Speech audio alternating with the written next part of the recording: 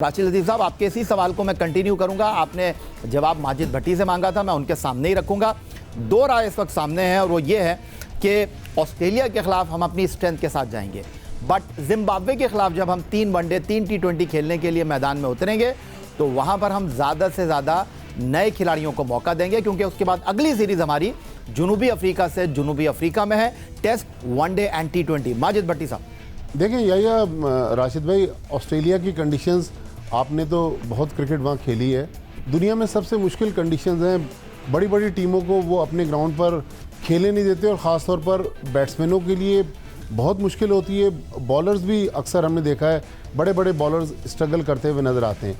तो ठीक है, इनको आप सिलेक्ट करें, 3 वनडे मैचेस खिलाएं, लेकिन T20 टीम में मेरा ख्याल में छोटा फॉर्मेट है, उसमें थोड़ी सी फ्लेक्सिबिलिटी रखें। लेकिन अगर खुदा न खास्ता बाबर आजम वनडे में परफॉर्म नहीं करते अगेंस्ट ऑस्ट्रेलिया, तो फिर हमें सोचना पड़ेगा कि जब मुश्किल कंडीशन में मुश्किल टीम के ख़िलाफ़ आप स्कोर नहीं कर पा रहे, तो फिर हल्की टीम के ख़िलाफ़ जो है वो हमें अपने नए प्लेयर्स को मौका देना होगा। लेकिन टेस्ट मैचेस का अब ये है कि अब हमने जनवरी में जाके साउथ अफ्रीका से खेलना है, उसके बाद फिर वेस्ट इंडीज़ से होम सीरीज़ है, उसके बाद फिर 7 महीने का गैप है। तो अब ये जो हमारा थिंक टैंक है, जिसमें जैसन गिलेस्पी कहते हैं कि जी मेरा तो अब इतना रोल नहीं है, इसके लिए भी अब टेस्ट केस है कि ये तो आपने आज यहाँ पर एक अच्छी जीत रख ली। अब ज़ाहिर है हमारी मेमोरी बहुत शॉर्ट है, हम 2 दिन बाद ये जीत को भूल जाएंगे। सवाल साबिक कप्तान राशिद लतीफ़ का, जवाब अब्दुल माजिद भट्टी का। सिकंदर बख्श साहब भी अपना इनपुट डालना चाहते हैं, लेकिन मुस्कुराहट है अहमद शहजाद की। तो अहमद शहजाद साहब, मुस्कुरा तो आप कोई शरारत करना चाह रहे हो? ये तुम इतना जो मुस्कुरा रहे हो। नहीं, बड़ा अच्छा सारी चीजें कवर की हैं। राशिद भाई का बड़ा वैलिड सवाल है। राशिद भाई ने क्वेश्चन ये किया है कि क्या राशिद भाई ने खाना भी खाया है और मीठा भी खाया है, तो राशिद भाई सवाल तो करेंगे ताज़ा। हाँ, नहीं खिलाया भी है। तो बात मेरा जो इसमें एक ओपिनियन है वो ये है, देखें कि जो भी है, बाबर आजम स्पेशली जो है उनकी ODI फॉर्मेट में बहुत जबरदस्त परफॉर्मेंसेज हैं और आपके सीनियर प्लेयर हैं। होता यह है कि जब आप टीम से ड्रॉप हो जाते हैं ना, तो आपका वो जो ईगो है वो टूट जाती है। आप घर बैठते हैं, फैमिली के साथ टाइम स्पेंड करते हैं, आपको मौका मिलता है देखने का। एक तरफ ये हो रहा होता है कि जब आपकी टीम हार रही हो, आप घर बैठ के देख रहे हो, तो आप फिर उसी ईगो में रहते हैं। लेकिन जब जीत जाए तो फिर आपको पड़ जाती है कि नहीं यार, अब मुझे परफॉर्मेंस करनी है। और बाबर आजम अगर जाएंगे ऑस्ट्रेलिया के अगेंस्ट, क्योंकि वो पहले गए हुए हैं, ऑलरेडी उनका एक्सपीरियंस है, तो वो एक अच्छा एक्सपीरियंस वहां पे जरूरी होता है। इस तरह के मुल्कों के अंदर आप बच्चों को लेके नहीं जा सकते, क्योंकि वो आज से पहले वहां नहीं खेले। आप बच्चे लेके जाएंगे, वो अगर फ्लॉप हो गए, खुदा ना खास्ता, आप उनको ड्रॉप कर देंगे। तो जब टीमें बनाई जाती हैं वो इसी तरह बनाई जाती हैं कि आप मुश्किल सीरीजें जो होते हैं अपने सीनियर प्लेयर जिस पे इन्वेस्टमेंट हुई होती है आप उनको देते हैं, और जो आसान सीरीजें आती हैं, आप होम सीरीज हो गई, जिम्बाब्वे हो गया, नेपाल हो गया, आप वहाँ अपने रिकॉर्ड्स नहीं बनाते हैं, वहाँ बच्चों को छोड़ते हैं, वहाँ डेवलप करते हैं। ठीक है। अच्छा सिकंदर बख्श साहब, आप जवाब तो देंगे, लेकिन मेरे एक सवाल को भी ऐड कर लीजिए अपनी गुफ्तगू में कि आपने नोमान और साजिद के साथ यहाँ तो किला फतह कर लिया है, यहाँ तो किले की जो फसील है उसके ऊपर अपना झंडा लगा दिया है, लेकिन अब आप ऑस्ट्रेलिया, जिम्बाब्वे और साउथ अफ्रीका जा रहे हैं, वहाँ पर आपको तेज़ तीखे बॉलर चाहिए होंगे। नहीं देखिए, जो ये सवाल है राशिद का बिल्कुल सही है। हमें बाबर को ज़रूर खिलाना चाहिए, हमें नसीम शाह को भी लेना चाहिए, शाहीन को भी। जो असल चीज़ वो है कि वहाँ पर ऐसा शख्स वो हो जिसके पास फुल अथॉरिटी हो कि वो चीज़ों को कंट्रोल कर रहा है। गैरी कर्स्टन है नाम उसका। I don't know about him, मतलब मुझे नहीं पता। हमें ऐसा देखें, यही लड़के हमारे स्टार्स हैं, यही परफॉर्म करेंगे, यही करेंगे। अब इन पे प्रेशर भी है कि हमारे बगैर वो टीम जीत गई है। इनके सामने मेरे साथ देखें, मैं टीम के साथ रहा हूँ ना, असिस्टेंट कोच और एनालिस्ट, मुझे पता है कि लोग लड़के नहीं सुनते। ऐसा शख्स होना चाहिए इनके साथ अथॉरिटी वाला, चाहे वो आकिब जावेद हो, चाहे वो कर्स्टन हो, कि वो इनको कंट्रोल करे कि तुमने ये खेलना है, वो ना डिक्टेट करें। जब ये डिक्टेट करते हैं लड़के तो फिर चीज़ें ख़राब हो जाती हैं। इनको डिक्टेट करने ना दें।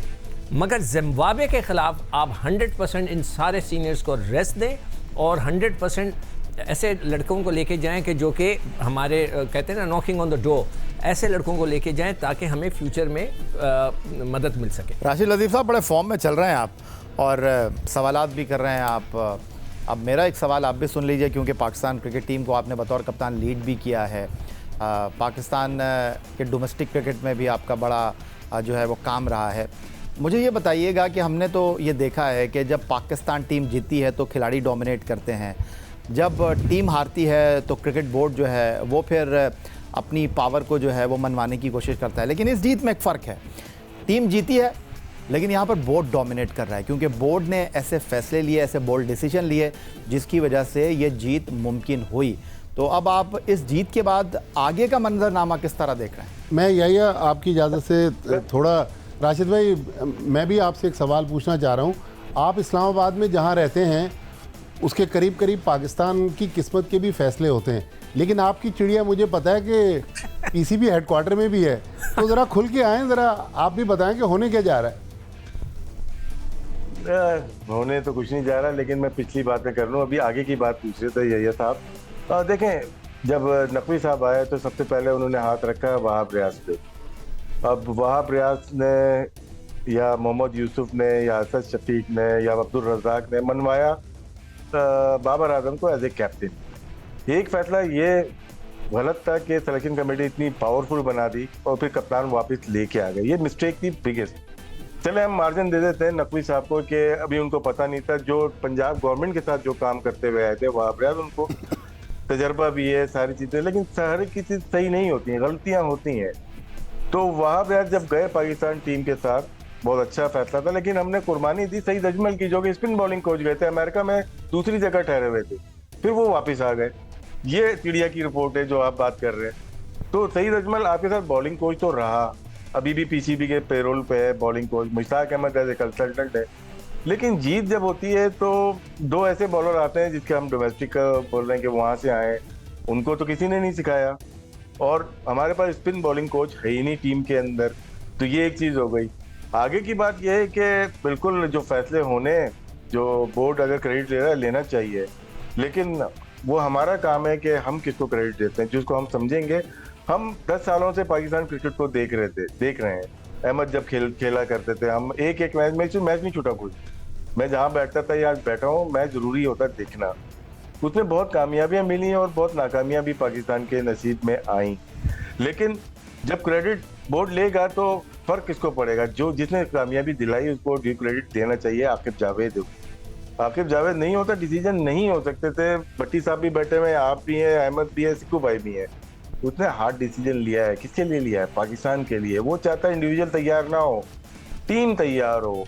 और आगे क्या होगा, अगर आकिब को ज्यादा पजीराई मिल गई तो आकिब अलहदा होता हुआ भी नजर आएगा आपको, क्योंकि ये पास में बहुत सारे लोगों के साथ हुआ है कि उन्होंने टीम बिल्ड की, उसके बाद क्रेडिट लिया, उसके बाद देखिए हर एक लाइन होती है कि मुझे अगर ट्रिगर करना है कहाँ पे करेंगे, अहमद को करना है कहाँ पे करेंगे।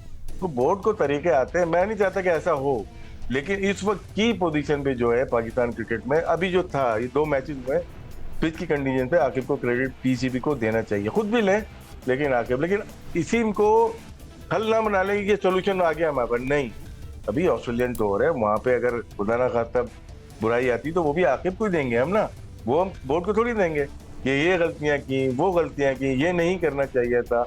लेकिन फिर भी आज पाकिस्तान जीती है तो ज़्यादा क्रिटिसाइज नहीं कर सकते, लेकिन सवाल ऐसा था जिसका जवाब देना जरूरी था।